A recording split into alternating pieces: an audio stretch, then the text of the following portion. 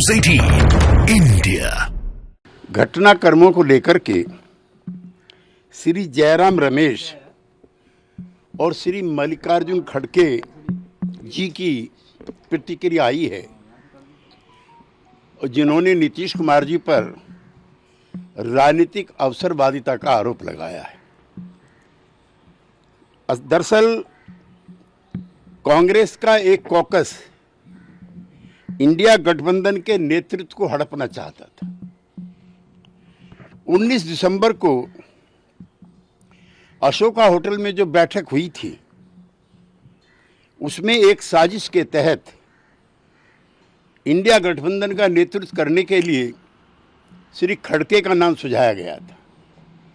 इससे पहले मुंबई की बैठक में सर्वसम्मति से तय हुआ था कि बगैर किसी का चेहरा आगे रखे बगैर ये इंडिया गठबंधन काम करेगा। पहली शाम को श्री केजरीवाल जी के आवास पर जब ममता बनर्जी गई थी, तो उन्होंने बाहर आकर के प्रेस से कहा था कि कल की बैठक में किसी का नाम प्रस्तावित नहीं होगा। कांग्रेस के उसी कॉकस ने एक साजिश के तहत ममता बनर्जी के द्वारा उनका नाम सुझाया गया। यद्यपि श्री खड़गे जी ने बाद में उसको खुद ही अस्वीकार कर दिया। दरअसल जितनी भी गैर कांग्रेसी क्षेत्रीय दल हैं, चाहे वो लोक दल हो, चाहे सपा हो, चाहे बसपा हो, चाहे जेडीयू हो, चाहे आरजेडी हो, चाहे ममता बनर्जी की पार्टी हो, चाहे शरद पवार जी की पार्टी हो, ये सब दल कांग्रेस पार्टी से लड़ करके भारत की राजनीति में इन्होंने एक अपना स्थान बनाया है।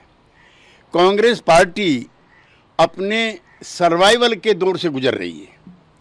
पिछले 2 लोकसभा चुनाव में नेता प्रतिपक्ष के लायक भी उनके पास सांसद नहीं थे, लिहाजा वो क्षेत्रीय जो नेतृत्व है इन दलों का, उनको समाप्त करना चाहते हैं।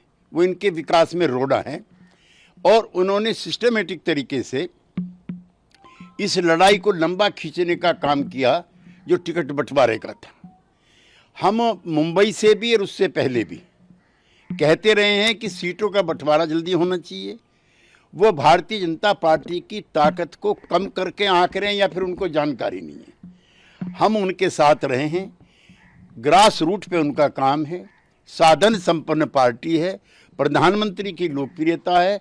उससे लड़ने के लिए जिस तरह का तामझाम होना चाहिए किसी गठबंधन के पास, उसका नितांत अभाव इंडिया गठबंधन के साथ था। और कैसे ये नेतृत्व हड़पना चाहते हैं, उसका सबसे बड़ा उदाहरण है जो कांग्रेस के राज्य हैं, हरियाणा, हिमाचल, उत्तराखंड, राजस्थान, मध्य प्रदेश, छत्तीसगढ़, तेलंगाना, कर्नाटक और आसाम में किसी भी पार्टी के साथ सीटों की कोई तालमेल नहीं होगी। यहाँ पर कांग्रेस पार्टी अकेले लड़ेगी और जो क्षेत्रीय दलों के द्वारा जो अर्जित की गई राजनीतिक भूमि है, उस पर डाका डालने के लिए डिस्प्रपोर्शनेट तरीके से हिस्सेदारी मांग रहे हैं।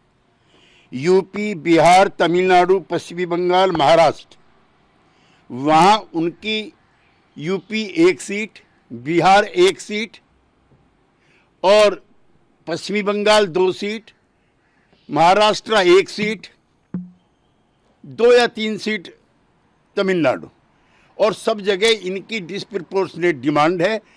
और इसलिए गठबंधन हमारे साथ भी नहीं हो पाया और न इन दलों के साथ होगा। मैं श्री अखिलेश यादव जी के उस बयान से सहमति रखता हूं, जिसमें उन्होंने कहा है कि वार्ता पहले से ही शुरू करके सीटों की तालमेल पर करनी चाहिए थी। हम संयुक्त लोकदल में रहे हैं, जनता दल में रहे हैं, सपा भी जिसमें हिस्से थी। आधा दर्जन एमएलए राजस्थान में, आधा दर्जन एमएलए मध्य प्रदेश में हुआ करते थे। हरियाणा में, पश्चिमी यूपी में तमाम लोकदल का राजकाज हुआ करता था। लेकिन कांग्रेस पार्टी का नेतृत्व सबको नीचा दिखा करके इसको हड़पना चाहता है। हमें अफसोस है और राहत भी है कि जो इंडिया गठबंधन का निर्माता था, जो पहला संयोजक था, आज उन्होंने और जनता दल यू ने इस गठबंधन से अपने आप को अलग कर लिया है और एनडीए के गठबंधन में हम आज से शामिल हैं। 27 सितंबर 2022, अब से 1.5 साल पहले, चौधरी देवीलाल जी की जयंती थी हिसार में। उसमें मैं भी नीतीश कुमार जी के और तेजस्वी यादव जी के साथ उपस्थित था। जितने भी वहाँ पर नेता थे, सबसे नीतीश कुमार जी ने निजी तौर पर हाथ जोड़ करके निवेदन किया था कि कांग्रेस पार्टी को इस गठबंधन में शामिल करो। हमें अफसोस है कि हमने कांग्रेस पार्टी को देश की राजनीति में एक्सेप्टेबिलिटी दिलवाई। ये पार्टी अछूत हो चुकी थी। आम आदमी पार्टी, ममता बनर्जी की TMC, Samajwadi party of Akhilesh Yadav और के चंद्रशेखर राव की पार्टी, इन सब ने गैर कांग्रेसी, गैर बीजेपी मोर्चे बनाने के प्रयास किए थे। इसी प्रस्ताव को लेकर के चंद्रशेखर राव पटना गए थे नीतीश कुमार जी को समझाने के लिए, उनको अपने पक्ष में लाने के लिए। नीतीश कुमार जी ने तब भी चंद्रशेखर राव जी से कहा था कि कांग्रेस पार्टी को रखो। ये सिर्फ नीतीश कुमार थे, जनता दल यू था, जिसकी वजह से इंडिया गठबंधन बना और कांग्रेस पार्टी को भारत की राजनीति में पुनः स्थापित करने का और सम्मान दिलाने का काम हमने किया।